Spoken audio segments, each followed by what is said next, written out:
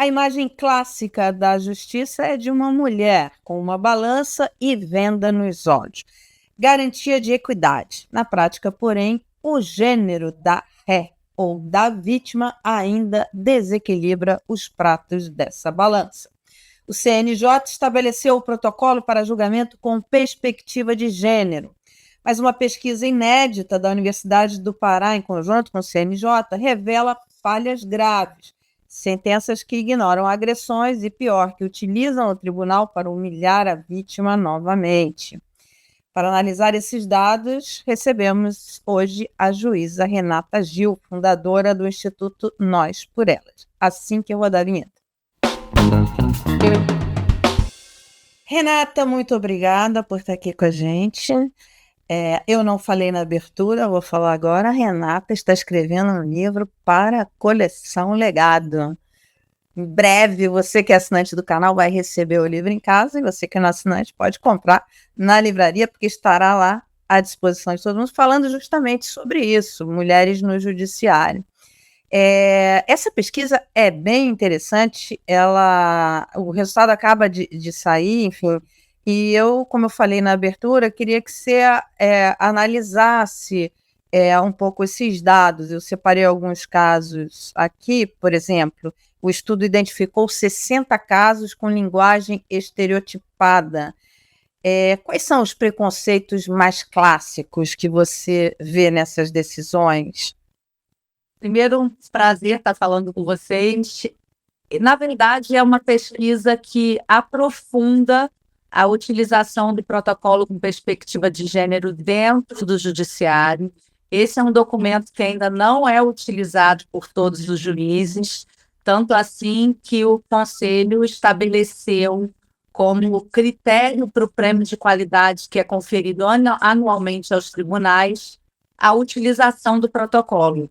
Isso significa que ainda não é amplamente utilizado, tanto que os tribunais pontuam se utilizarem o protocolo.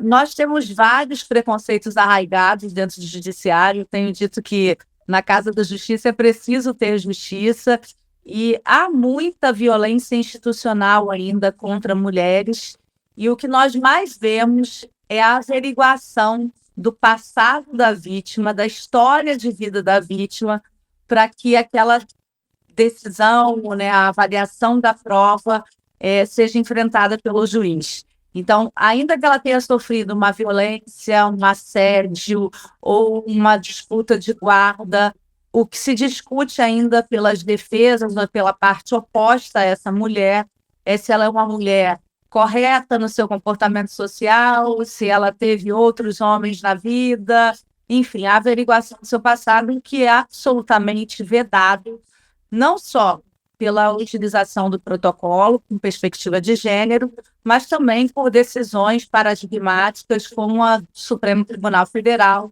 que impediu o uso da legítima defesa da honra como causa de afastamento da responsabilidade do réu nos crimes contra a vida no Tribunal do Júri. Essa decisão é um vetor, é um norte para que a gente não discuta a vida da vítima quando ela é vítima de um crime de violência contra a mulher. E é algo que a gente ainda precisa trabalhar internamente, porque a sociedade é patriarcal, e dentro da cabeça do sistema de justiça, das ferramentas do sistema de justiça, a gente ainda tem atuações discriminatórias. O que a pesquisa faz é avaliar as decisões que são enviadas para o banco de sentenças com perspectiva de gênero, e a partir daí a gente traça um diagnóstico com novas orientações pelo Conselho Nacional de Justiça. Eu, enquanto conselheira, investi muito nessa avaliação para que a gente tenha um futuro melhor para as mulheres na justiça. Renata, essa decisão do STF de não usar o legítima defesa da honra é de quando?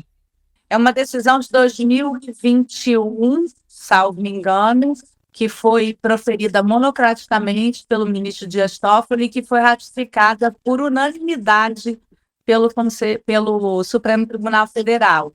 E ela foi muito importante porque nos tribunais do júri, nos feminicídios, sempre se usou a figura da vítima, a vida pregressa da vítima, como um fundamento para afastar a responsabilidade do réu.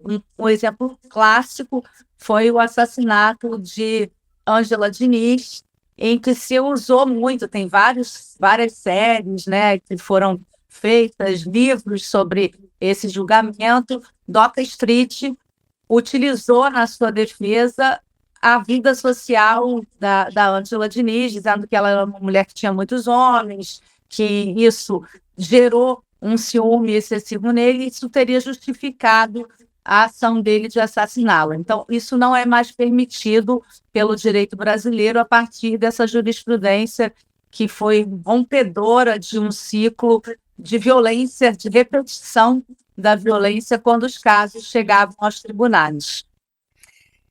Eu te perguntei isso da data porque é impressionante, né, que você, no século XXI, ainda tivesse esse tipo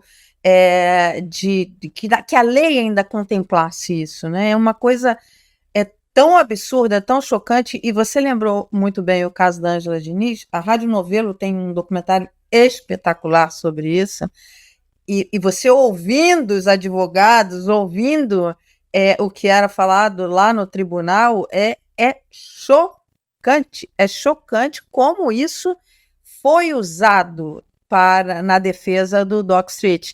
E aí, quer dizer, você até 2021 ter isso é uma coisa assim que você não concebe esse tipo de coisa, é muito difícil, né? Não, é engraçado, o nome do documentário é Praia dos Ossos, é espetacular e se refere à praia de Búzios, onde Ângela foi assassinada, é imperdível mesmo, porque ele aprofunda todo esse desenrolar do processo e essas teses, né, que foram utilizadas no julgamento.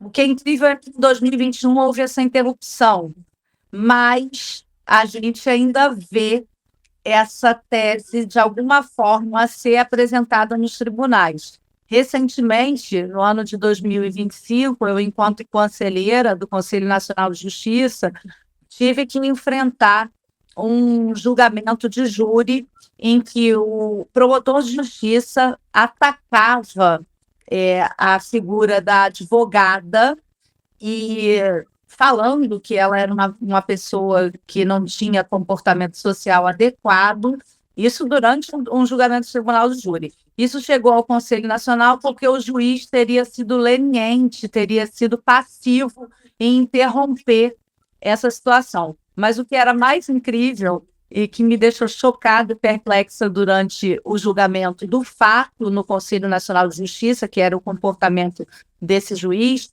o comportamento do promotor ia ser avaliado no Conselho Nacional do Ministério Público.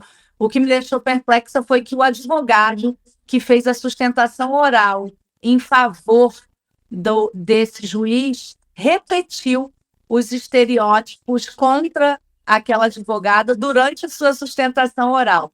Então, eu fui muito veemente na hora de proferir o meu voto, dizendo que fica muito expresso que as pessoas ainda não aprenderam, né? Elas continuam repetindo, apesar da decisão paradigmática do Supremo, elas continuam repetindo esses comportamentos, né, na justiça e até mesmo quando esse juiz foi avaliado disciplinarmente. Nesse relatório, nessa pesquisa, aponta juízes que transcrevem os xingamentos de réus contra vítimas sem qualquer contestação. Como é que impede, né, que a sentença se torne um alto-falante para o discurso de ódio do agressor? Eu acho essa situação... Você tem feito um trabalho... Você é uma ativista nessa área, enfim... você tem feito um trabalho exemplar nesse quesito, principalmente, enfim, porque como é que você muda essa cultura, né? Quer dizer, lendo esse relatório, você vai vendo essa pesquisa, você vai vendo pontos que se fala assim, meu Deus, é um juiz.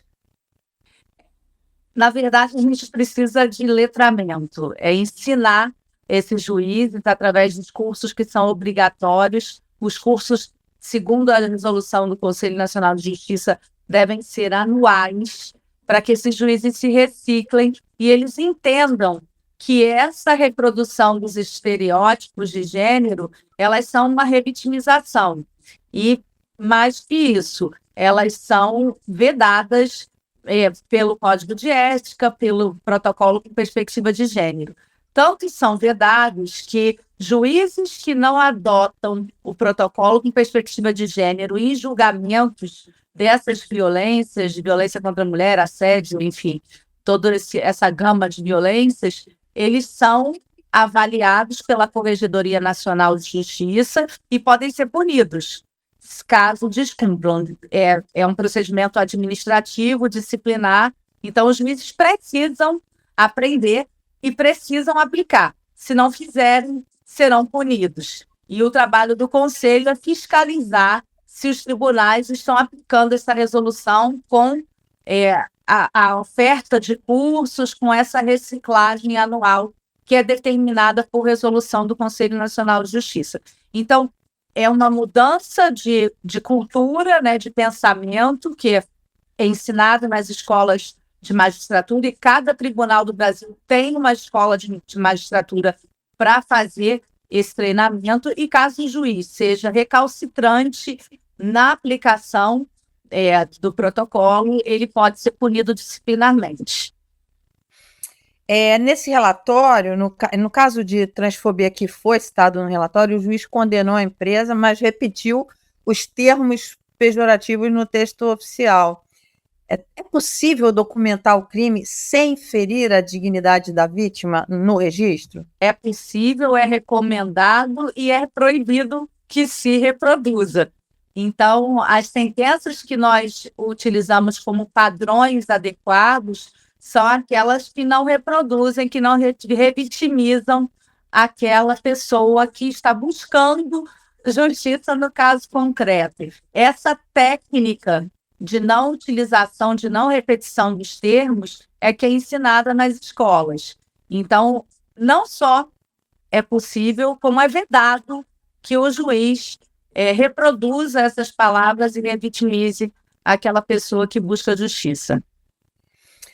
O protocolo, ele é obrigatório? Assim, o CNJ planeja algum tipo de punição, fiscalização, enfim, para os juízes que insistirem em ignorar essas diretrizes de gênero? Há juízes que fazem isso deliberadamente ou é maior do que eles essa cultura? A gente, quando percebe que é deliberado, há punição. Recentemente, nós, inclusive, na gestão do ministro Barroso, foi uma das últimas sessões que ele presidiu no Conselho Nacional de Justiça. Nós não só punimos o magistrado com aposentadoria compulsória, como determinamos que o Ministério Público avaliasse o crime de violência institucional em um caso em que ele não aplicou o protocolo com perspectiva de gênero. Então, a Justiça, o Conselho Nacional, está muito atento a essas violações por aqueles que têm a obrigação, o dever de reparar historicamente essa desigualdade e essas violências que acontecem na sociedade. É um momento, Mara, que eu reputo como uma virada de chave, né? A gente chama de turn point. A gente precisa ser mais duro para que aqueles aplicadores, promotores de justiça, defensores, veja, não é só o magistrado que deixa de aplicar. Na verdade, isso tem que ser aplicado desde o advogado até o Ministério Público. Os auxiliares da Justiça precisam usar linguagens pertinentes e caminhar pela valoração da prova do processo, de modo que a gente não repita aquela discriminação, aquela violência. Então, não só a gente tem ensinado, como a gente tem punido também, e severamente, em alguns casos, com a aposentadoria obrigatória desse magistrado, reconhecendo que ele não tem condições mais de atuar em qualquer causa na justiça. A justiça, ela é feminina, mas o judiciário é masculino. Você tem só uma mulher no Supremo Tribunal, você tem postos chaves na OAB, enfim, também é dominada por homens. Quando que isso vai mudar?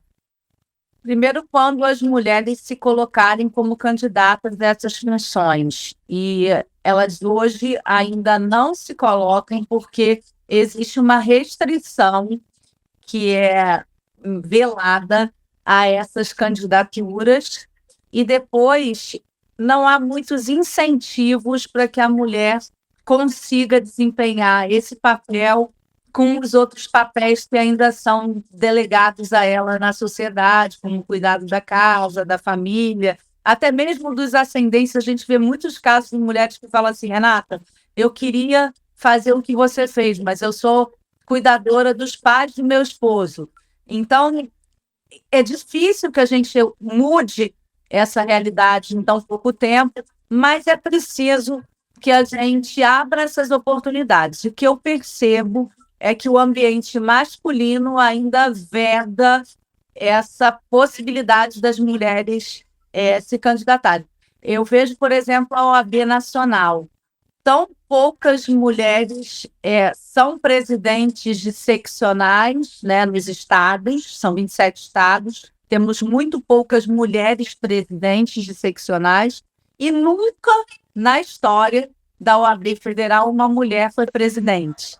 Na magistratura, nós temos muito poucas mulheres que ascendem às cortes superiores. Agora mesmo, mais uma vez, o Supremo Tribunal Federal tem uma vaga e todos os candidatos eram do sexo masculino, e quem foi indicado, sem aprofundar aqui no mérito de quem foi indicado, que é um amigo e muito qualificado, mas foi indicado um homem, né, que advogado-geral da União, ou seja, aquele homem que está despachando diretamente com o presidente da República, e geralmente são eles que têm a oportunidade de apresentarem seus serviços e, portanto, serem objeto de indicação.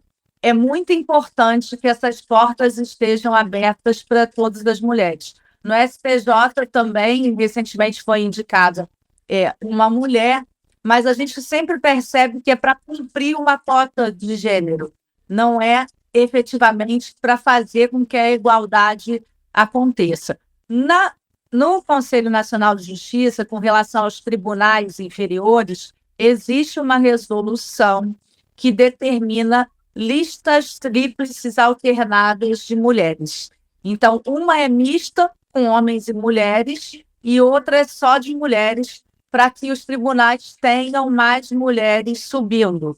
Então, toda vez que abre uma vaga, é preciso que a gente obedeça a esse critério do Conselho. Houve uma resistência gigantesca na aplicação dessa regra, que começou em janeiro de 2024, e algumas questões judiciais e administrativas no Conselho se apresentaram, mas nós conseguimos fazer com que ela fosse cumprida. Um exemplo grande dessa resistência foi o que aconteceu recentemente no Tribunal de Justiça do Distrito Federal, em que eles fizeram a búrla a essa lista feminina exclusiva, e eu oficiei ao tribunal dizendo que eles precisavam cumprir, e eles então fizeram uma nota pública dizendo que não cumpririam uma orientação de uma conselheira do Conselho Nacional, repetindo uma violência institucional. E no mesmo dia que eles fizeram essa nota, o ministro Barroso, presidente então do Conselho, e o ministro Campos, o Corregedor Nacional de Justiça, determinaram que o tribunal fizesse a lista, e então foi promovida uma mulher, a Soníria, que está lá hoje ocupando essa função, e se não fosse por uma ação contundente do Conselho, com certeza um homem ocuparia essa cadeira. Então, essa resistência, ela existe, e é preciso que a gente avance, inclusive com alteração constitucional, para que as cortes tenham paridade. O meu sonho é que o Legislativo avance nessa matéria, como o Conselho fez com os tribunais inferiores. É importante, principalmente a gente tem visto esse aumento de feminicídio, de abuso de jovens, de mulheres, violência doméstica. Você tem visto um crescimento disso? Acho que a justiça é importante para barrar isso, né? Muito. A gente tem hoje uma atenção e um olhar muito grande. O Conselho Nacional de Justiça ele tem praticamente 6 pastas que cuidam só de equidade, combate ao assédio, ouvidoria da mulher, protocolo com perspectiva de gênero, fóruns nacionais e obrigatórios sobre combate à violência e um fórum de participação feminina no judiciário. Esses fóruns todos esses equipamentos jurídicos têm sido muito relevantes na mudança dessa perspectiva de participação feminina e de proteção às mulheres nas instituições públicas e privadas. A gente está virando realmente essa chave, mas é preciso que todos estejam conscientes das regras.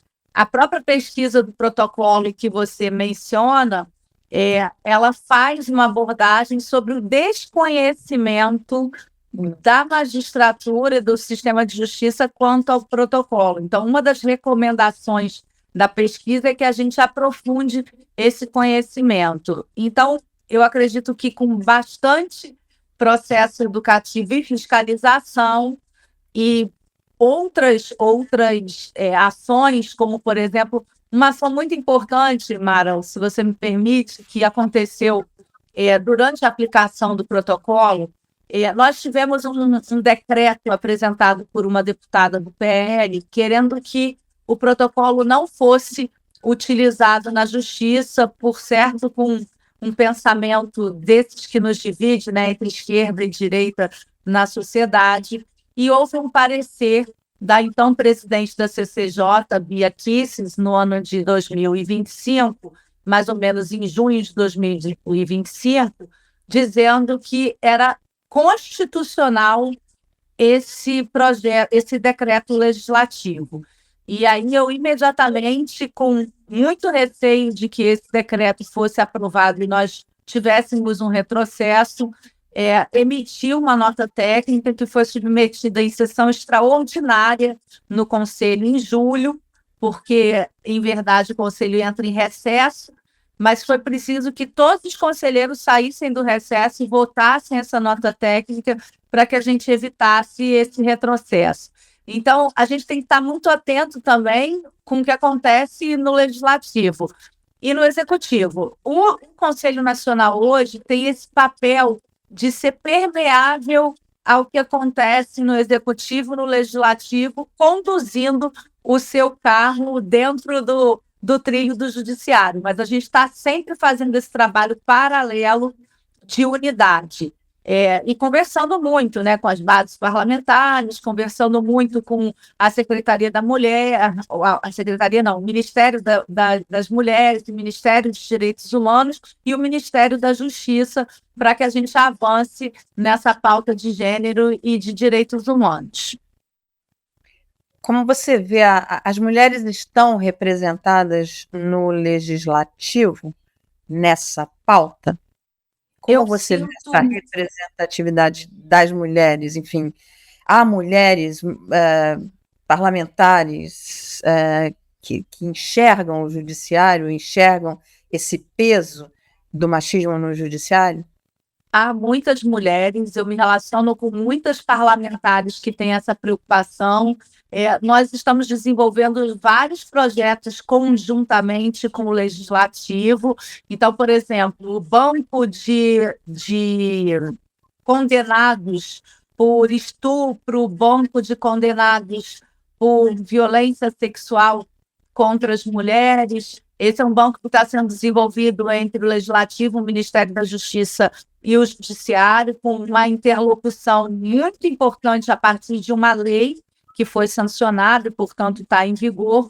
Então, existe essa interação, existe essa vontade de aprovação de textos legislativos que protegem as mulheres, que criam benefícios, como o aluguel social para as mulheres que são vítimas de violência, e tantos outros modelos de proteção dentro das empresas privadas e também das instituições públicas, mas a gente tem também mulheres que ainda não enxergaram toda essa problemática e um volume de morte de mulheres simplesmente porque nasceram meninas, né, que são os feminicídios. É importante que a gente tenha uma unidade de pensamento, principalmente entre as mulheres. Eu me ressinto que mulheres ainda emitam, né, um parecer favorável pela constitucionalidade de algo que impede que as mulheres sejam protegidas. Então, ainda há retrocessos, mas a maior parte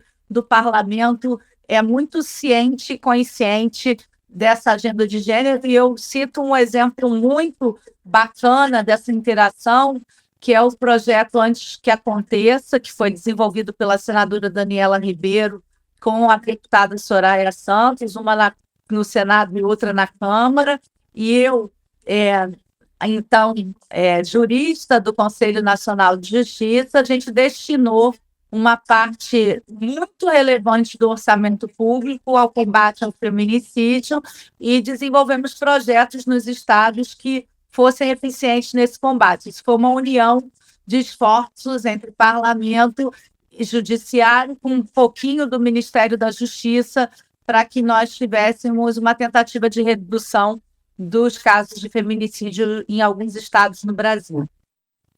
Para a gente encerrar essa conversa, eu queria que você mandasse um recado para o presidente Lula.